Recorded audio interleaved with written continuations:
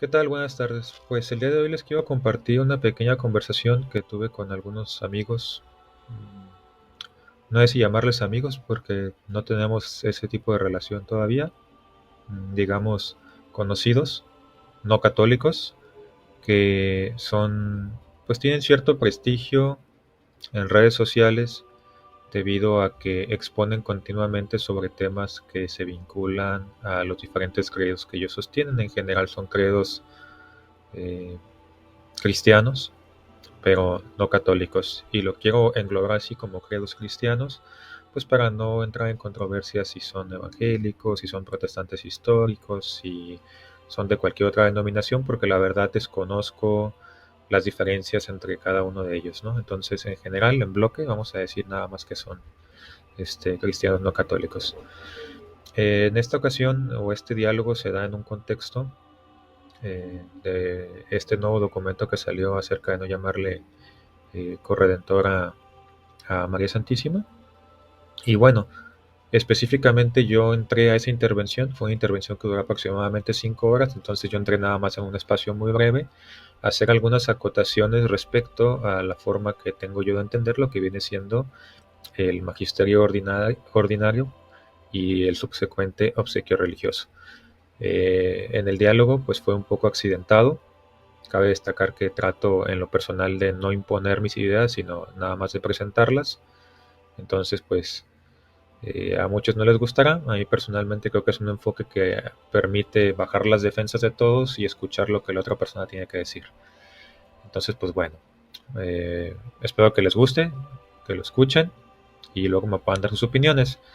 Al final, de todos modos, voy a hacer un corte y voy a tratar de dar algunos adicionales respecto a cuestiones que quizás no se abordaron completamente, pues por los mismos formatos de los diálogos que no dan pie a ese desarrollo o a llevar como una especie de nota total, ¿no? Exactamente de todos los puntos. Entonces, bueno, esperen, al final va a haber un pequeño añadido.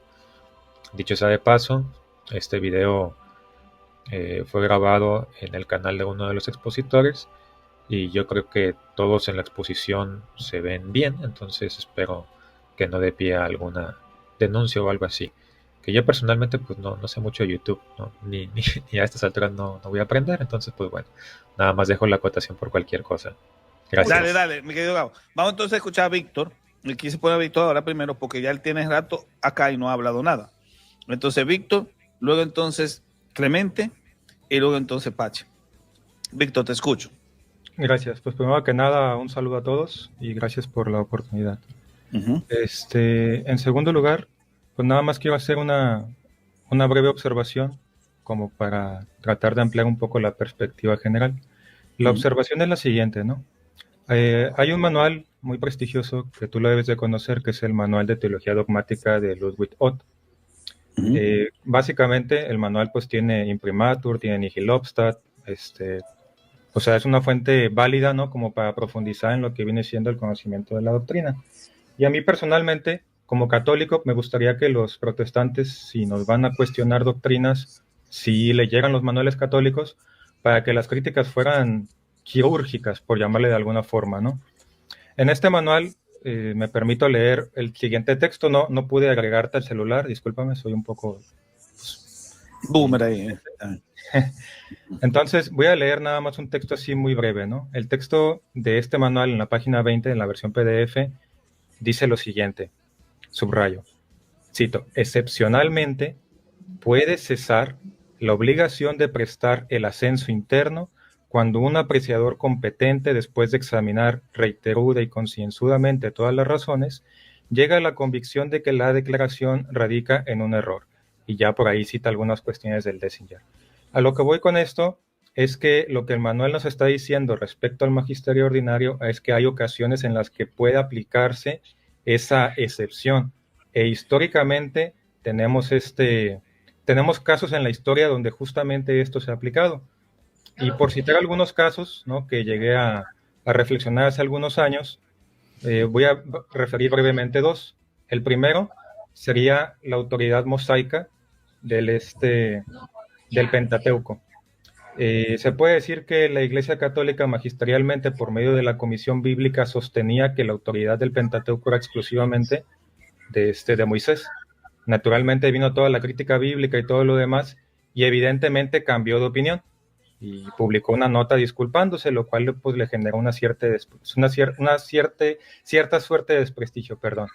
Entonces, ¿qué tenemos aquí? Tenemos que había una opinión magisterial, si se entendiera como la han expuesto, que no se puede nunca, bajo ningún supuesto, contradecir el magisterio ordinario, sostener una opinión diferente, entonces nunca se hubiera podido dar esta corrección.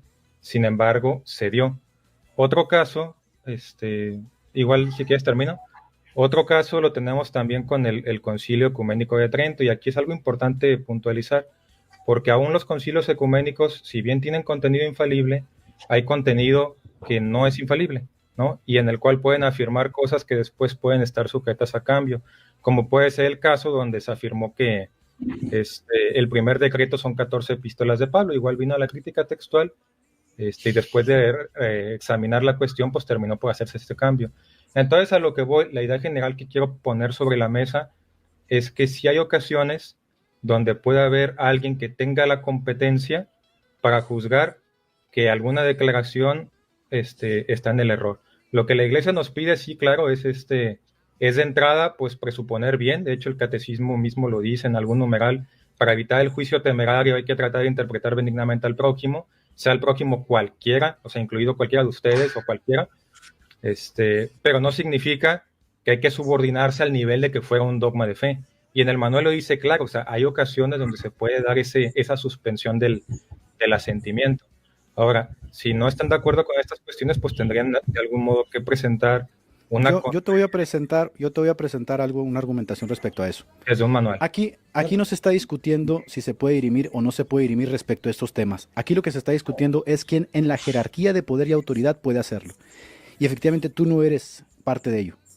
La Iglesia Católica tiene 3 jerarquías, que sería el magisterio extraordinario e infalible, el magisterio infalible y el magisterio ordinario. De manera que quien puede corregir al magisterio ordinario no eres tú ni Ludinot. Nada más que quede claro eso, ni tampoco Mondongos ni nadie más. Quien puede corregir al magisterio ordinario es simplemente el magisterio. Así que tú no estás en la disposición de decir yo no estoy de acuerdo con eso. En última instancia, lo que podrías hacer es que en el futuro se corrigiera, pero en este momento es tu obligación someterte al magisterio ordinario, porque tú estás por debajo de él y tu obligación es estar sujeto al magisterio ordinario, al cual le debes el obsequio religioso. Entonces venir a traer esta disquisición diciendo como que es que se ha dado en el tiempo, que se corrigen, sí, pero no los corrigen los laicos. Ahí nada más te quiero corregir en eso, ¿eh? O sea, dentro de la jerarquía de niveles de autoridad de la iglesia, tú no estás dentro de esa jerarquía, ni tampoco Mondongos, ni tampoco los sacerdotes están dentro de esa jerarquía. Quien puede corregir al magisterio es el magisterio, no ustedes. Entonces, esto no puede servir como argumento para desestimar lo que el magisterio ha dicho. Yo te pregunto, ¿estás sujeto al magisterio ordinario? Sí, pero como te dice el manual, excepcional. Sí, pero el manual no es magisterio, Víctor. El manual no es magisterio. El manual no es magisterio, Víctor. Y tú sabes una cosa, Víctor, el manual es preconciliar. Espera, el manual escucha, detente ahí. El manual es preconciliar. Luvigot es preconciliar. Luvigot es anterior al Lumen Gentium. Y Lumen Gentium hecha por la porra, Luvigot, esa diferenciación. Déjame le digo cómo funciona el asunto, Néstor. Porque Luvigot no está asumiendo la noción de lo que es el obsequio. Espera, Clemente, espera. Yo le voy a explicar cómo funciona porque les voy a enseñar cómo ser católico. Si el magisterio en el futuro se reuniese, ahí ponle mute porque se retroalimenta. Si el magisterio en el futuro se reuniese para corregir este asunto, entonces el magisterio tomaría en cuenta a Ludinot. Como dice Benedicto en su obra Mi vida y mi biografía, dice que se consultaron a todos los teólogos antes de hacer el dogma de la Asunción. Eso es lo que hace el magisterio. Entonces tú no puedes venir como laico a decir, el manual de Ludinot dice esto. Tú no tienes ni voz ni voto en esto. Tú no formas parte del magisterio. Tú decidiste ser católico, entonces lo que te corresponde a ti es estar sujeto al magisterio ordinario que en este momento te exige no llamar corredentora a María. Si tú quieres venir a decir que Ludinot y que por acá, que Benedicto, esas son voces totalmente alternas al magisterio. El magisterio ya dirimió. Tú como católico dices estar sujeto a la Iglesia Católica, entonces tú ya le reconociste a la Iglesia Católica que la forma en que ella dirime objetivamente es a través de un órgano rector que es el magisterio ordinario, extraordinario e infalible. Entonces, al estar sujeto, lo que tú digas está de más. Entonces, no vengas a traer, por favor, acá a Ludinot, porque eso no está en la discusión.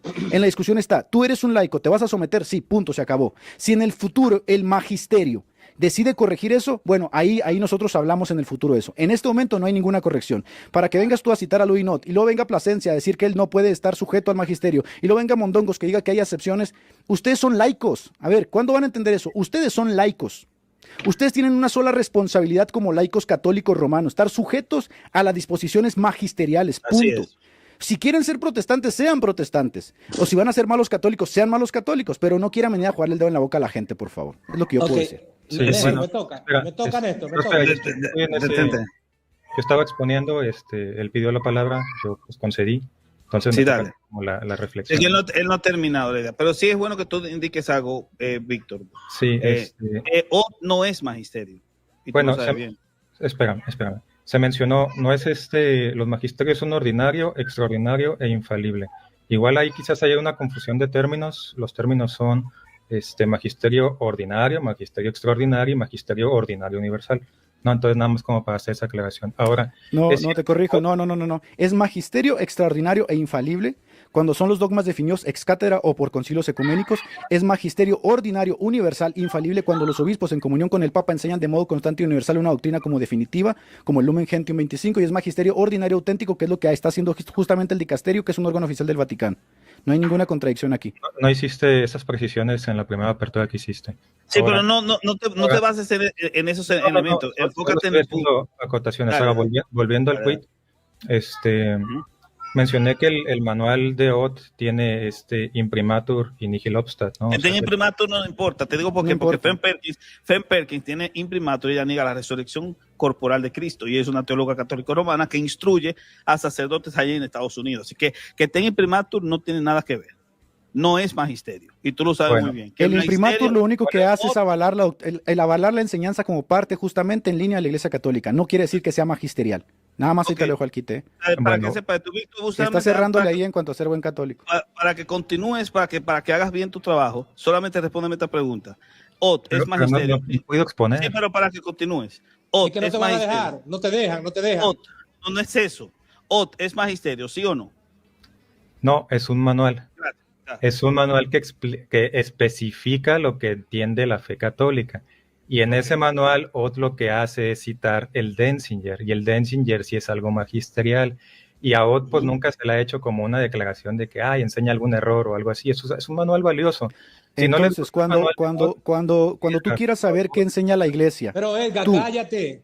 cuando tú quieres saber qué enseña la Iglesia, ¿vas al Cállate. magisterio ordinario que está encargado para la doctrina de la fe o vas al manual de Ludinot? Yo personalmente, yo lo que hago, primero me tomé la molestia, me di a la tarea de leer el catecismo completo. Cuando tengo dudas de las profundizaciones que hace el catecismo, lo que hago es irme a los manuales. Hay diferentes manuales. Hay manuales de teología dogmática, hay manuales de teología moral, hay manuales de como 5,000 teologías distintas. Entonces ahí puedo comprender más o menos esas disquisiciones técnicas que no alcanzan a expresarse completamente en el catecismo, ¿no? Entonces, no sé si eso responde a la pregunta. Y ahora, Claro, cuando yo de hecho, me contrasto el respondes, manual- vas primero al magisterio, porque es el orden jerárquico. Sí, Exacto. y el magisterio usa Se tecnicismos. acabó. Hay aspectos técnicos que no voy a entender del magisterio, entonces voy a acudir a los manuales donde se ¿Y especifica. encontraste algo en el manual de Ludinot que vaya en contra de lo que enseñó el magisterio ahora con la declaración de Mater Populis? No es esa la discusión que yo pretendo abordar en este momento, ¿no? Porque claramente el manual dice, tiene que ser un apreciador competente, y esta ¿Tú cuestión lo eres? es que es un poquito ambigua, ¿no? Porque en el pasado esos apreciadores competentes eran muy específicos. Ahora, Perdón, pero acá tú estás mintiendo porque en el catecismo sí hay estos detalles, sí hay esas matices, sí hay esas distinciones. Yo lo voy a citar porque está mintiendo el señor Víctor. El catecismo, un ratito, mondongos, aunque te duela. Pero tú vienes a Discúlpame, meterte de una vez. tú te pasas interrumpiendo, yo necesito aclarar esto porque está Pero mintiendo yo- el señor Víctor. Había un orden, había un Permítame, orden, había un orden. Lo que pasa es que está Néstor, mintiendo. Lo que pasa es que está mintiendo. Néstor, vas a dañar el orden. Necesito No. nombrar. Vas a dañar el orden. Vas a dañar el orden, Néstor. Deténganse, Vas Vas a deténganse ahí. dañar el orden, Néstor. Vas a dañar el orden. Detente ahí, querido. Escucha. Pero yo mantén sé que el orden, por Dios. Víctor no ha terminado. Deja simplemente Venga. que termine Víctor y entonces le Voy a entramos. hacer esa apreciación, nada, cuando que termine Víctor, nada más, porque está mintiendo, ¿ya? bueno, Ok, si quieres dale. que hable Cristian, ¿no? Para en mi ¿Quiere- tiempo poder quiere- responder quiere- la mentira que me quiere- pasa. Voy Ok, a dale, decir por qué dale. está mintiendo. Catecismo de la Iglesia Católica, numeral 892. Tú dices, no encuentro esas matizaciones, no encuentro esas distinciones entre magisterio ordinario y extraordinario en el catecismo. Estás mintiendo. Dice tu propio catecismo, la asistencia divina es también concedida a los sucesores de los apóstoles cuando enseñan en comunión con el sucesor de Pedro. O sea, no es solo el sucesor de Pedro según tu iglesia. Sigo leyéndolo. Y de una manera particular al obispo de Roma, pastor de toda la iglesia, aunque sin llegar a una definición infalible, o sea, un dogma, ¿sí? Aunque sin llegar a una definición infalible y sin pronunciarse de una manera definitiva, proponen en el ejercicio del magisterio ordinario, mira campeón, ¿sí? Proponen en el ejercicio del magisterio ordinario una enseñanza que conduzca a una mejor inteligencia de la revelación en materia de fe y costumbres. A esta enseñanza ordinaria, los fieles, escucha, tienes el deber, tu catecismo dice que los fieles deben adherirse con espíritu de obediencia. Yo te pregunto, ¿tú te adhieres con espíritu de obediencia a las declaraciones de tu magisterio ordinario? Ahora, por eso estuve diciendo que tú mentiste, porque claramente tu catecismo afirman de que tú tienes que adherirte con espíritu de obediencia a las declaraciones de tu magisterio ordinario. Así que no mientas, está en tu catecismo y es claro, aunque no sea infalible y sea magisterio ordinario, tienes que adherir con espíritu de obediencia. ¿Ya? Néstor. Ok, déjame dejar que Víctor termine, porque Víctor le cedió a Cristian, ¿entiendes? Entonces, después de Víctor, te toca a ti por el orden, sin problema, no te preocupes. Víctor, en otras palabras, para que yo sé que tú entendiste, pero lo que Cristian está expresando es que lo que dice Ludwig Ott en el apartado que mencionaste de Fundamentals no es parte del magisterio, no está en tu catecismo. Pero lo que dice Lumen Gentium 25, que es contrario a lo que dice Ludwig Ott, es obviamente parte de tu catecismo. Entonces tú debes hacerle más caso a Lumen Gentium que a Ludwig Ott, a menos que después, en una discusión que se dé, se tome a Ludwig Ott tu magisterio, ya no tú ni otro, sino tu magisterio, y lo consulte. Que puede el magisterio decir que sí o rechazar y decir no, como pasó con el tema de la Asunción de María, que se le preguntó a los teólogos dijeron una cosa, que no había evidencia de ello en la documentación más temprana, y sin embargo aún así se declaró como dogma. Entonces, en otras palabras, lo que diga Ludwig Ott no es parte del magisterio. El magisterio es que determina si le hará caso o no, simplemente. Entonces, eso es lo que quiere decir Cristian por ahí. Entonces, continúa sin que te interrumpa nadie. Dale. Bueno, gracias. Bueno, primero, ahora sí que por honor voy a hacer la aclaración respecto a la mentira. Yo no dije que en el catecismo no se mencionan matizaciones de las cuestiones del magisterio. Yo dije que en el catecismo se emplean muchos tecnicismos.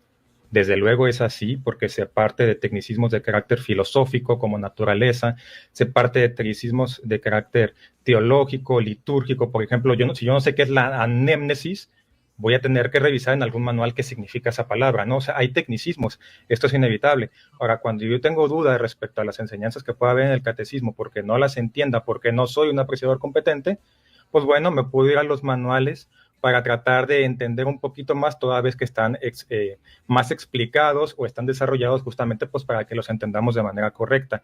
Entonces, esta es la cuestión. Si se quiere refutar, está bien. O sea, yo no tengo problemas con que me refuten, ni siquiera con que me digan campeón, ¿no? Que me parece un término pues bonito, ¿no? O sea, aquí no quiere ser un campeón, pero sí que se escucha más o menos lo que tengo que decir. Igual yo también podría acusarlos a ustedes de mentir, pero es una acusación muy grave. Entonces, pues, creo que si ustedes tienen un error, pues simplemente diré, oye, creo que ustedes tienen un error. Me preguntaban por ahí, oye, Víctor, tú eres un apreciador competente, y yo señalaba que antes era más difícil, porque antes pues habían que estudiar un montón de cosas y no estaba tan universalizado el conocimiento. Hoy día está más universalizado, y de algún modo a lo mejor yo no lo soy, pero a lo mejor leo a algún historiador, no sé, a Meyer, a lo mejor leo a cualquiera y replico su opinión, ¿sale? Entonces, esa es una opinión de alguien competente que está formado y que de algún modo incluso asesora a quienes participan en la labor magisterial. Entonces, si da unos argumentos lo suficientemente sólidos, yo puedo adherirme a esos argumentos, y presenté como evidencia 2 hechos por lo menos.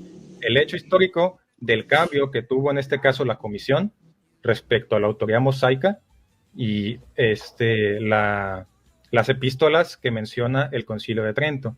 Entonces, de ese aspecto, siguiendo esta pauta que da el manual, excepcionalmente puede cesar esa obligación de prestar el ascenso interno para un apreciador competente que cita el Dessinger, que sí es magisterio. Pues bueno, creo que en ciertos casos sí se puede hacer. Ahora, si me dicen, no, es que lo prudente es no decir nada o así, bueno, yo también me puedo suscribir a eso, ¿no? O sea, a lo mejor es una cuestión de prudencia y la puedo abrazar o adaptar, pero una cosa es la prudencia y otra cosa es la esencia de la cuestión que se está tratando de dilucidar. Y con eso termino. Muchas gracias. Lo que pasa es que en tu Dessinger también está la misma declaración que te acabo de leer de tu catecismo. Pero detente ahí, Cristian. Oye, excelente. Antes de pasarle a Clemente, se me ha quedado lo de Mondongo, qué vaina. Sí, no usa su epíteto, eso lo usa el neófito de Ega. No, detente ahí, querido. Eso es de cariño, eso que te quiere mucho. No me quieran así, no me quieran así. Escucha. Antes de pasar a Clemente, quiero hacerte por lo menos una pregunta, así como estaba haciendo con Guido a ti, Víctor. Según lo que tengo entendido, tú lo que estás diciendo es, bueno, yo no puedo dar no es que no vaya a dar una opinión, no es que no pueda darla, sino que yo lo que hago es que investigo, busco fuentes objetivas de teólogos y académicos que sean católicos romanos, y en base a esas fuentes o esa evidencia que ellos den, entonces yo podría, ante un tema que es oscuro de una afirmación magisterial o lo que sea, tener una comprensión más adecuada a través de ese cotejo con esa fuente. Más o menos eso es lo que tú quieres decir, ¿verdad? No estoy seguro si lo entendí completamente, pero supongamos que más o menos. Ok. Entonces, simplemente que, si yo puedo consultar Lubiot con respecto a si yo puedo cuestionar sin caer en el desafecto de los exequios religiosos, bla, bla, bla, yo lo puedo hacer porque consulto con fuentes que me pueden aclarar mejor, ¿verdad? Que sí, eso es lo que tú estabas diciendo. Ok, sí, más o menos. Ok, excelente, gracias, porque eso se llama perspicuidad, cosa que demuestra que la perspicuidad la utilizan los católicos romanos. Eso es excelentísimo. Pero la cuestión es, en este caso, que yo te preguntaría a ti, ¿y si esa fuente dice algo que es contrario a lo que han indicado otros y es una fuente tan creíble? Por ejemplo, tú mencionaste a Meyer, me parece. Si tú tomas a Meyer, que cuestiona que María no tuvo más hijos y dice que sí, que María tuvo más hijos, porque la virginidad se puede entender de forma espiritual y no de forma natural o biológica. ¿Tú estarías de acuerdo con él, con esa declaración, o dirías que ahí se equivocó esa fuente que tú consideras útil para poder esclarecer los elementos que son más oscuros? Mira, en el caso específico ese que me citas de Meyer es uno de mis autores favoritos en realidad. Uh-huh. Yo creo que Meyer es bastante honesto, ¿no? Como para señalar desde el aspecto de conocimiento técnico que él tiene, uh-huh, algunas cuestiones, y sí hace algunas concesiones en ese sentido.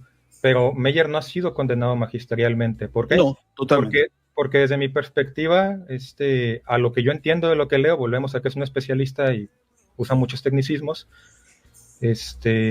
no cae realmente en cuestiones heréticas. O sea, sus puntualizaciones son desde su conocimiento científico, se puede decir, en las, uh-huh, materias que aborda, ¿no? Su conocimiento exegético, su conocimiento, uh-huh, literario, etcétera, y desde ahí hace algunas observaciones, y esas observaciones, pues teológicamente no podemos decir nada porque pertenecen al campo de la ciencia, ¿sabes?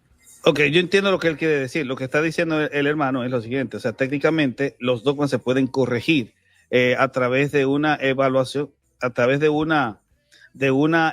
de las fuentes como tal. Yo puedo revisar porque se pueden tener en otro concepto. Por ejemplo, tú mencionaste el ejemplo de lo que se entendía antes por la paternidad literaria de ciertos libros, etcétera, que antes se cuestionaba o se cuestionaba a quienes cuestionaban, y ahora se permite la apertura para decir, bueno, técnicamente esta epístola puede no haber sido escrita por Pablo, que es lo que pasa hoy en día en la Academia Católico Romana.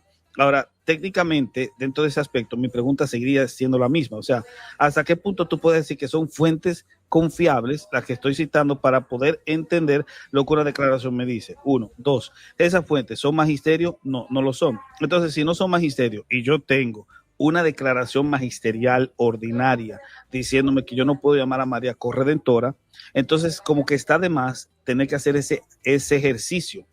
Simplemente lo que tiene que hacer la persona es caer en el obsequium religioso de asumir que sí, tiene que aceptarlo y se acabó, porque ya el magisterio lo dijo. Yo no podría, no estoy autorizado a tener que hacer ese ejercicio dentro del catolicismo romano, porque entonces estaría atentando contra el obsequium religioso. El obsequio religioso es muy claro en Lumen Gentium. Usted simplemente lo tiene que aceptar con su entendimiento y con su voluntad. Y cuando dice voluntad, significa que hay cualquier ejercicio, cualquier acto que tú quieras hacer voluntariamente para contradecir lo siguiente o para decir si es posible o no, se cae. Porque ya no estás entregándote con la voluntad al magisterio. Si tienes que comenzar a buscar cualquier documento para ver si el magisterio se equivocó o no. Eso es lo que yo te podría decir. Néstor, déjame tomar mi participación, que ya el teléfono mío se va a morir. Dale, Nelson. Y luego entonces el orden ya para finalizar, el Pache ya tuvo que irse. Yo también casi tengo que retirar. Me va a hacer así Fabricio, mi querido hermano Fabricio, Carlos y Cristian. Así terminamos. Perdón, yo igual con esto ya termino y me retiro. No sé si me pudieras dar esa oportunidad, Nelson. Porque si no sí, adelante, sí, claro, adelante. Nada más hacer la aclaración, o sea, de todo lo que dijiste, pues no, mi memoria no es perfecta, no me voy a acordar ya, o sea, fueron demasiadas ideas. Ojalá en otra ocasión las podamos platicar. La que más me resaltó fue que dijiste que los dogmas se corrigen y yo no hice eso. O sea, yo divido bien las ciencias, yo separo lo que viene siendo la teología como la ciencia suprema, la cual no puede...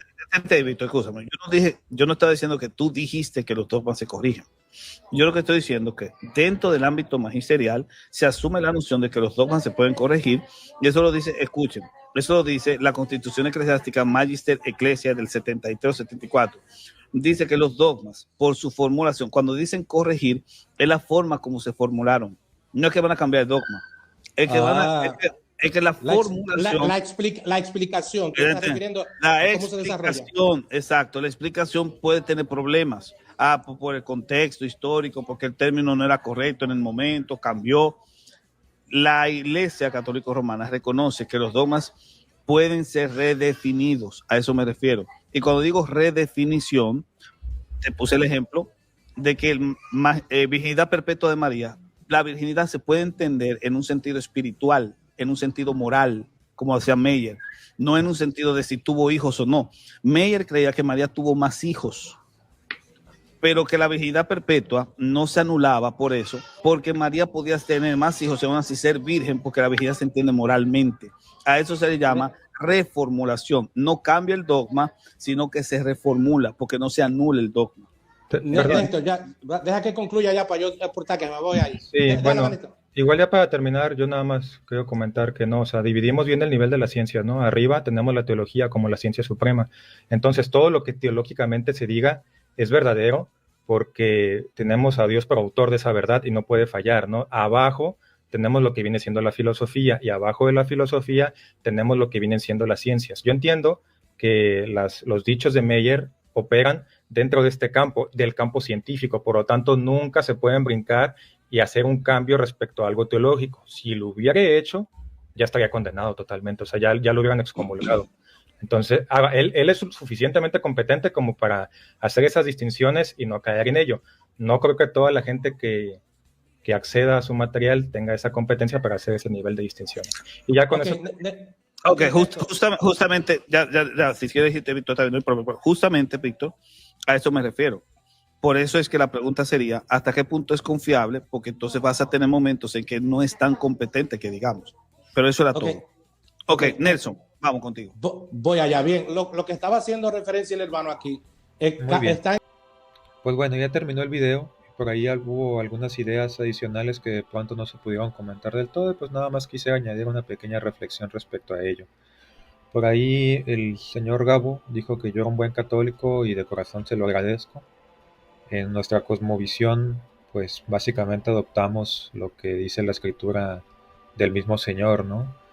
¿Por qué me llamas bueno? Entonces, ese juicio de la bondad se lo dejamos totalmente a Dios. Yo no sé si realmente soy o no un buen católico. En ocasiones he tratado de serlo más que en otras, pero pues si Dios me lo permite y me concede su gracia, pues sí espero por lo menos ser parte, ¿no? del número de los que se van a salvar el día del juicio. Entonces, bueno, hace esa acotación. Dentro de los comentarios también se comentó que si el Papa dice que el cielo es de un color, hay que creerle al Papa y así. Y hay que tener cuidado. Dentro de los ambientes católicos existen muchas frases que son piadosas y que entendidas correctamente sí pueden reflejar la opinión de la Iglesia Católica, pero también se pueden malentender y dar pie a cuestiones que no propiamente son católicas. Por eso en general Yo vengo adaptando desde hace ya algunos años, siguiendo el consejo de otras personas a las que considero doctas, como esta metodología de tratar de insistirle al católico que primero que nada, pues lo que tiene que leer es el catecismo, porque aquí viene de algún modo desarrollada y explicada en la medida de lo posible, no sin carencias, pero en la medida de lo posible, los aspectos de la fe católica, lo que creemos, lo que sostenemos, etcétera. De tal suerte que ya teniendo esta base después uno pueda leer expresiones populares o pueda acercarse a la literatura de los santos o a lo mejor alguna cuestión de algún mártir, etcétera, y pues no caiga como en estos excesos o en estos abusos en los cuales se pueden interpretar estas frases. Por ejemplo, la forma en la que parece que se presentó aquí, de que hay que apagar literalmente el cerebro y creer porque si alguien lo dice, pues no es exactamente correcta, y ciertamente dentro de los católicos muchas veces también tenemos esa problemática. A veces, de una forma un tanto vulgar, algunos han acudido, y por algunos me incluyo, ¿no? Principalmente, yo creo que sería el primero, hemos acudido a el testimonio de algunos papas malos, para decir, oye, si el papa te pidiera un compromiso personal, ¿no? Por ejemplo, que duermas con él esta noche, de ahí la vulgaridad. Este, Tú estás obligado a decirle que sí porque es el Papa, o prima tu conciencia porque sabes que es pecado, y hay una jerarquía de niveles en cuanto a la obediencia que debes de tener. En este caso, la jerarquía, pues obviamente está primero la ley eterna, este, y bueno, siguen muchas más, ¿no? Están las leyes positivas, etcétera. En este caso, lo que viene siendo las leyes civiles o las leyes eclesiásticas, pues vendrían a ser leyes positivas que están por debajo de la ley eterna. Y dado que este principio violaría algo de una ley superior, pues se sigue que no aplica, ¿no? Entonces a veces usamos este recurso dialéctico pues para tratar de explicar estas cuestiones, porque sí es cierto que dentro de la concepción o dentro de los grupos católicos, pues hay gente que tiene esta concepción, y a veces me da la impresión que algunos expositores protestantes adoptan esta cuestión.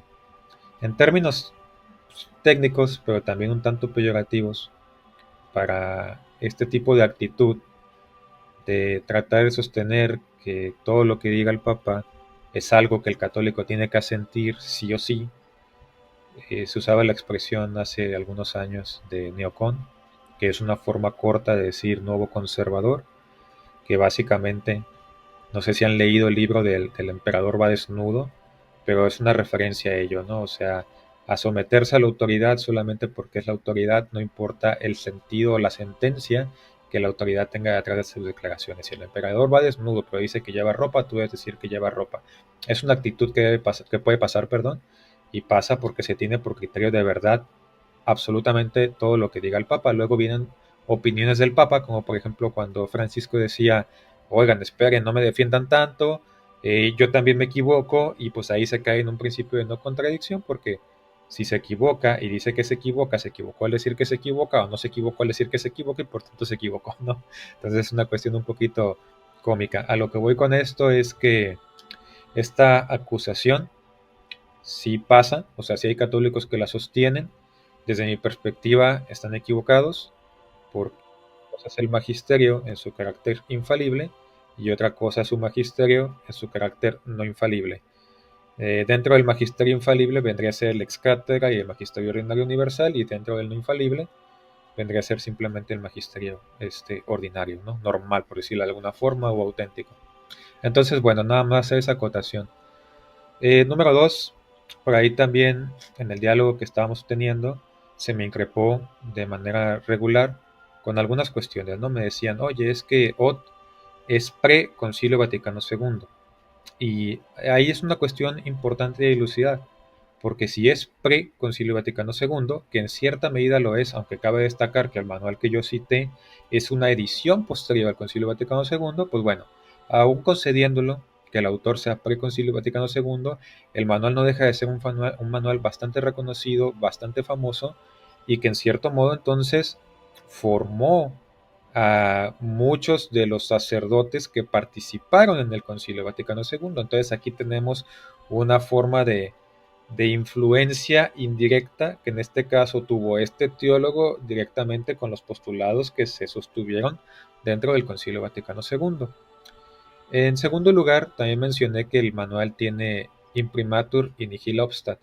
En este caso, me cuestionaron mucho sobre el tema del imprimatur, me llamó la atención que casi no reflexionaron sobre el tema del nihil obstat.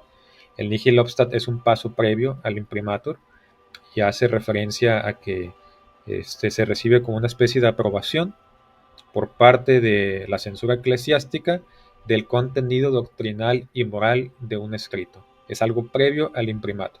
El imprimatur posteriormente certifica que fue revisado por un censor. Claro que el que sea revisado por un censor no quiere decir que absolutamente no hay no puede haber error, ¿no? Pero sí es una pequeña garantía, ¿no? Es como una especie de un sello de calidad. Si uno va a una tienda y compra un producto y tienen ciertos sellos de calidad, pues hay una garantía ahí. Por ejemplo, en mi oficio, que es propiamente el cálculo, la construcción y todo eso, hay algunos sellos que se conocen como sellos de Lead Construction, que nos hacen referencia acerca de que la construcción se hizo partiendo de evitar contaminaciones y cosas así, ¿no? Reducir la producción de gases de efecto invernadero y todo lo demás. Entonces, que tenga ese sello es una garantía. Quizás no absoluta, no significa que no va a contaminar, porque obviamente lo va a hacer. O sea, cualquier construcción, desde el momento en que fabrica cemento, concreto, acero, va a contaminar. Pero sí por lo menos tengo un sello que me dice que esa construcción trató de cuidarse ese aspecto. Entonces, yo lo presenté como evidencia de esto y no propiamente como que era magisterio. No obstante, quiero presentar lo siguiente. Si revisamos aquí lo que viene siendo este documento de Donum Veritatis, nos habla un poquito de lo que vienen siendo las tensiones entre magisterio y teólogos, ¿no? Son dos realidades distintas, pero coinciden. Por lo general, los teólogos influyen en las decisiones magisteriales, los pueden, de algún modo, pues no quiero decir corregir, pero sí les pueden dar ciertas orientaciones, pues para evitar que cometan errores o donde adviertan que hay cuestiones que se pueden profundizar mejor. Y este documento lo reconoce. Por ejemplo, aquí dice: en este ámbito, las intervenciones de orden prudencial ha podido suceder que algunos documentos magisteriales no estuvieran exentos de carencias, ¿no? Entonces, ¿qué nos dice esto? Nos dice que los documentos ordinarios del magisterio ordinario pueden tener carencias. Y aquí es donde el teólogo puede participar.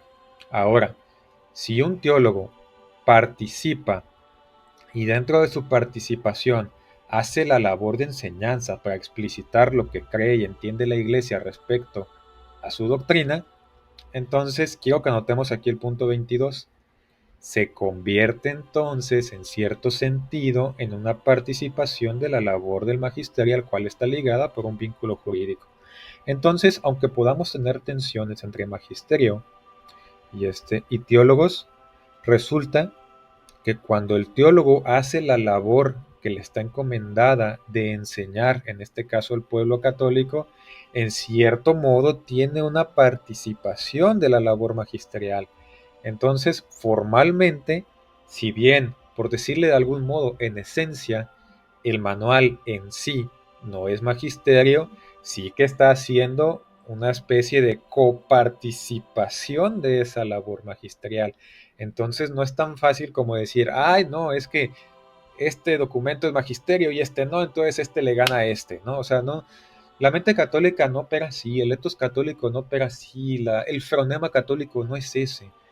A veces creo yo que el protestante comete el error de que presupone que como él aplica el libre examen a las Sagradas Escrituras y en cierto sentido su entendimiento que tiene sobre un versículo bíblico puede contrastar con el de otros 10 y nunca va a haber nadie que defina quién está en lo correcto y quién no, nunca, así definitivamente, entonces siento yo que esta actitud de pronto se extrapola a diferentes ambientes e incluso llega a los ambientes católicos y se busca aplicar este mismo principio a todo, ¿no? Se le aplica a los textos patrísticos, se le aplica al Codex Iuris Canonis, el derecho canónico, se le aplica al catecismo, se le aplica a los documentos donde se declaran los dogmas. Eso me pasó con uno de los hermanos, de hecho, de la exposición, que me decía, aquí tu dogma dice que, que María murió, ¿no? Para los que tienen un poquito de conocimiento en esta materia de la Asunción de María, pues saben que la Iglesia en su dogmática no se pronuncia sobre si murió o no murió, sostiene como una opinión teológicamente cierta que murió, pero esta categoría de opinión teológicamente cierta admite poner óbice, ¿no? Admite que se pueda contestar. No significa que sea algo que ya no hay otra opción disponible, sino solamente que es la más probable. Entonces este hermano lo que hacía era leer este documento, aplicaba el libre examen, perdón, y como en el documento se citan textos patrísticos que hablan de la muerte, él decía, bueno, es que aquí en el documento magisterial está citando a estos que hablan de la muerte y por tanto murió y tu dogma dice que murió, ¿no? Entonces, pues no, o sea, no es así. En general, yo por eso, a mí me cuesta mucho de pronto creer en las conversiones de las personas porque son problemas distintos, ¿no? Son etos distintos, son cosmovisiones distintas. No es tan fácil. De pronto, por ejemplo, yo he visto algunos protestantes que dicen, no, es que yo me convertí en ortodoxo y sinceramente a mí me cuesta creerlo porque el fronema ortodoxo es distinto, ¿no? O sea, dicen, yo me convertí en ortodoxo, pero sigo utilizando la lógica. Y no quiero decir que el ortodoxo no utilice la lógica, pero no es un principio normativo para ellos. O sea, el principio de no contradicción no es algo que les sea inherente a su etos en sí, a su fronema, o sea, no pertenece a ellos. Es algo totalmente protestante. Entonces, ¿realmente se convirtieron si realmente nunca abrazaron el fronema? Yo diría que no, y me parece que tengo de mi lado muchos teólogos ortodoxos que pueden sostener esta misma premisa que yo estoy planteando en este momento. ¿Sale? Entonces, pues bueno, con esto a lo que voy es que el manual de Ott, y no es el único manual, hay otros que van más o menos en la misma línea, sí puede ser partícipe de esta labor del magisterio. Luego nos dicen a veces, bueno, me dijeron, no, es que tú no eres nadie, a ti nunca te va a escuchar. Bueno, yo tuve un compañero que cursó conmigo la universidad estaba muy ligada al Opus Dei, eh, y el chico haciendo uso de los canales que estaban ahí le escribió al Papa Francisco en aquel entonces, y a las pocas semanas recibió una respuesta y la publicó en sus redes sociales donde venía una réplica que el Papa Francisco le hizo a la consulta que él escribió. Entonces, sí, o sea, no es cierto que estemos tan abandonados como lo plantean. En última instancia, pues a mí nada me cuesta buscar al obispo y decirle, oye obispo, tengo esto. Quiero pensar que en ese sentido están bastante abiertos. Realmente yo nunca he tenido necesidad de acudir al obispo, pero si fuera el caso, pues ahí tengo un canal directo, digamos que al magisterio. Y no cualquier magisterio, o sea, es el obispo. O sea, es el que tiene, digamos que como el poder, por así decirlo, ¿no? Entonces, pues bueno. Eh, por ahí también, más adelante, noté que Néstor me decía, es que los católicos romanos usan la perspicuidad. ¿Y por qué me decía eso? Porque él lleva un debate con otro católico que se llama Rafa, que invalida la concepción de la sola escritura, porque él critica un principio que se conoce como el principio de la perspicuidad. A decir verdad, yo no he puesto mucha atención a ese debate que se traen, y como católico realmente a mí la iglesia no me pide como rechazar la sola escritura, que para empezar es muy difícil definirla, porque casi cada grupo la defiende diferente, entonces pues bueno, tenemos una ambigüedad de parte de quien la define, y tenemos también una ambigüedad de parte de quien la rechaza. Entonces yo no tengo esa obligación como ni de suscribirme a la forma de entenderlo de quien la define, ni tampoco de atacarlo respecto al enfoque de quien la cuestiona. O sea, ese puede ser un ejercicio dialéctico, erístico, demasiado entretenido si se quiere, pero yo no tengo esa obligación en modo alguno. Entonces, para mí conceder o no conceder a un aspecto de esa naturaleza, pues no es algo que me afecte en nada, ¿no? A mí lo que la iglesia me pide es sostener el depósito de la fe se encuentra en las Sagradas Escrituras y en la tradición. Y subsecuentemente que el magisterio lo que hace es tratar de desarrollar o explicar lo que se entiende de ese depósito de la fe, pues así que haciendo uso de los recursos que tiene a su disposición, ¿sale? Entonces, por ese sentido, pues no, o sea, sí lo sentí como que se celebró como que fuera un gol, pero al mismo tiempo yo me sentí como un portero, ¿no? Que ve el balón que entra, pero pues digo, pues no, o sea, no es mi equipo realmente, ¿no? O sea, ese gol no, no me representa demasiado. Por ahí también se comentó que si yo estoy de acuerdo con Meyer con algunas sentencias, porque ciertamente Meyer tiene algunas sentencias que pueden ser escandalosas. Y aquí quiero hacer una reflexión porque me parece interesante, ¿no? Le comentaba en ese aspecto que en las ciencias tenemos como varias categorías. Si bien se puede definir la teología como la ciencia suprema, pues también podemos decir que en determinado punto de la historia el término ciencia pasó a tener una nueva definición, ¿no? Que ya vino de algún modo influenciada por diferentes movimientos racionalistas y así. Entonces, pues bueno, en la concepción católica tenemos las categorías de tal suerte que en primer lugar tenemos la teología, después la filosofía y debajo las diferentes ciencias, y cada una de las ciencias tiene su propio método. Entonces, yo lo que entiendo es que Meyer, en este caso, aplica uno de sus métodos y su método le deriva determinadas conclusiones, y es lo suficientemente honesto como para decirlo. ¿Sabes qué? Aplicando este método, que no deja de ser ambiguo y que no deja también de verse de algún modo ilustrado por su propia creatividad, pues deriva unas conclusiones. O sea, si uno parte de los principios superiores que nos deriva la ciencia suprema, en este caso la teología, y nos dice, o sea, desde estos principios superiores podemos decir, bueno, la conclusión a la que llegó al final del día va a ser falsa, ¿no? Porque el principio superior ilumina al inferior, pero eso no quita que sea valioso el aporte de hacer un método, ser honesto con los resultados que ese método te da.